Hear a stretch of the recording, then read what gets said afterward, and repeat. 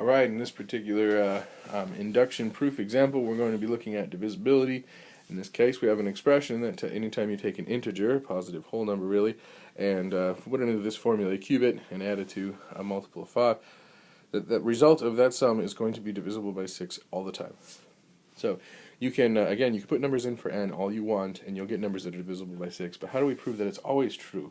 Therein lies induction. So what I'm trying to say is that n cubed plus 5n is always going to be equal to 6 times some number a, where a is any integer. So if a is an integer and we multiply it by 6, then we have a number that's a multiple of 6, obviously.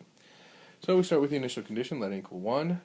1 cubed plus 5 to the 1 is 6. 6 is equal to 6a, where a equals 1, so the statement is true. We also assume that the statement is true when n equals k.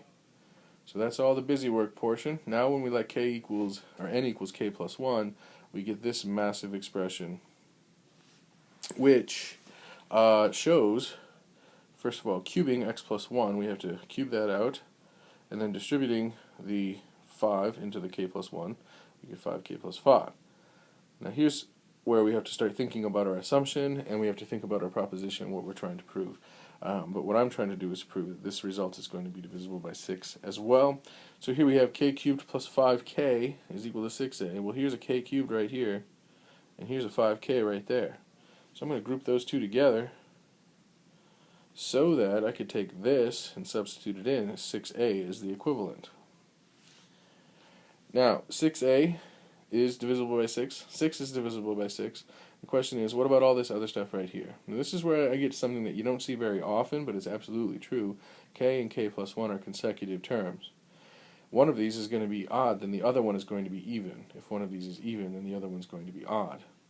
If you multiply two consecutive numbers together, even times an odd, you will always get an even number. So I've invented 2p as an even number to express the multiple of k times k plus 1, which gives me 6a plus 6 times 3 times 2p, and there we can see all numbers divisible by 6, and therefore, since the proposition is true for n equals 1, and since n equals k's truth leads to the truth of n equals k plus 1, then we can assume that n cubed plus 5 to the n is equal to 6a is divisible by 6, that is, for all positive integers in n by the process of induction. So, hope this was helpful. Have a good day.